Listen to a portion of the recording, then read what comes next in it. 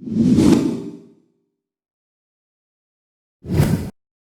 this morning I am really pleased to say that I'm with Tahera Hammond, who is the Global Head of Workplace for 91, whom were previously Investec Asset Management. Good morning, Tahera.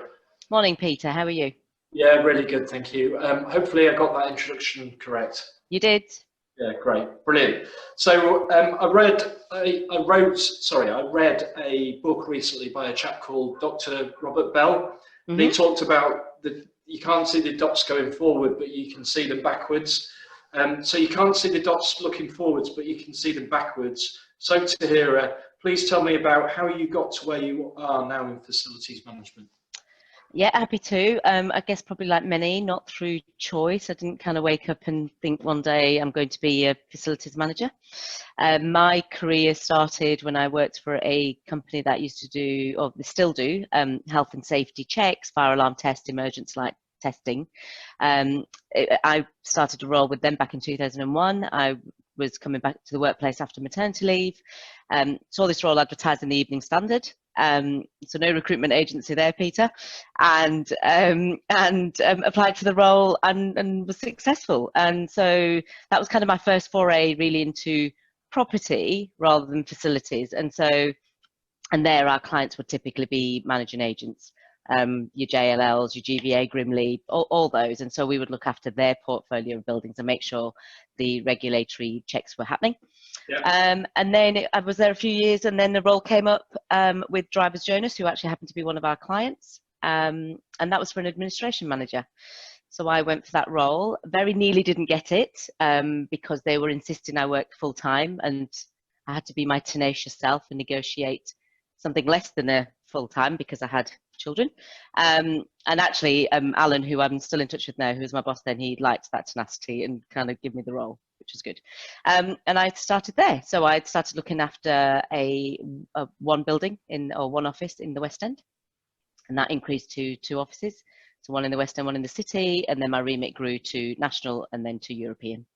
And I always think that there's been probably a couple of roles where I've joined at the right time.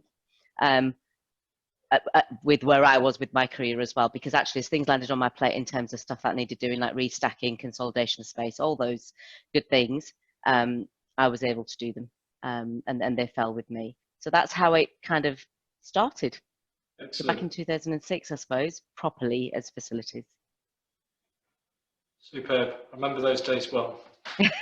So do I, just.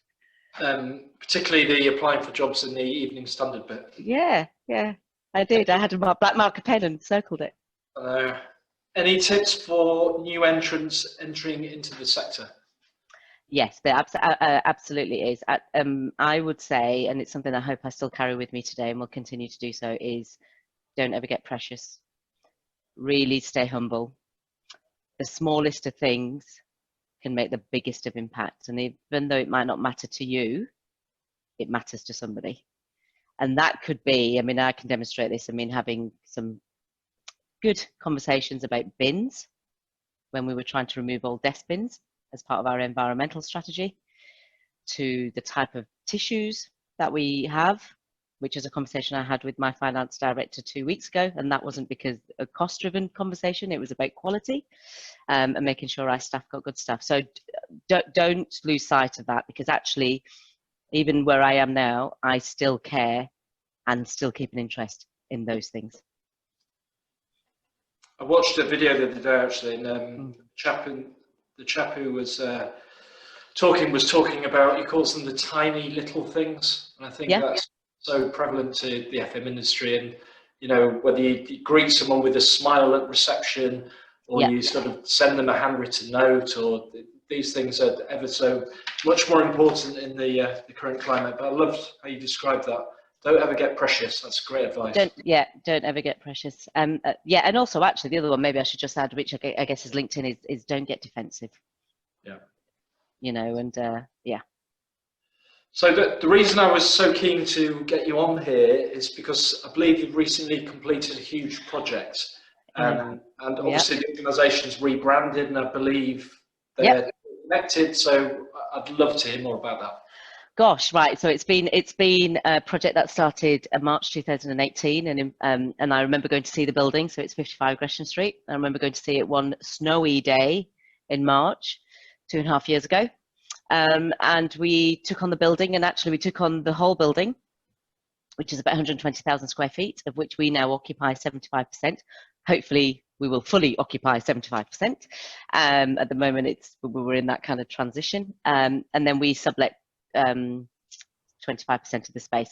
So actually what started off as a head office relocation, so our lease was expiring in June 2020. So what started off as I was going to say a simple head office relocation, there never are, but as a one layer head office relocation, then had multiple layers added. We took the whole building and then decided to become a landlord as well as an occupier. So that was really interesting. That's something I'd never done before. So that was really interesting, having to kind of look at my role and not agree to things that I would want as an occupier, but not give them away as a landlord. We then added another layer because we decided to demerge from our parent company. And then with that came a whole rebranding, the new name, and actually how that was going to manifest through our physical landscape. And we really now feel that actually we've gone into 55 Gresham Street as 91, and everything we're going to be about, and that's culturally relevant to us as 91, not as we were previously as Investec Asset Management. It's been a labour of love, Peter. I'm so proud of it. I would never have thought to put a pandemic on a risk register. And the fact that we've got through that and created a beautiful space and exited the old building as well. And let's not forget, this wasn't just about moving into a new building. We had to exit an old building that we'd been there since 2008.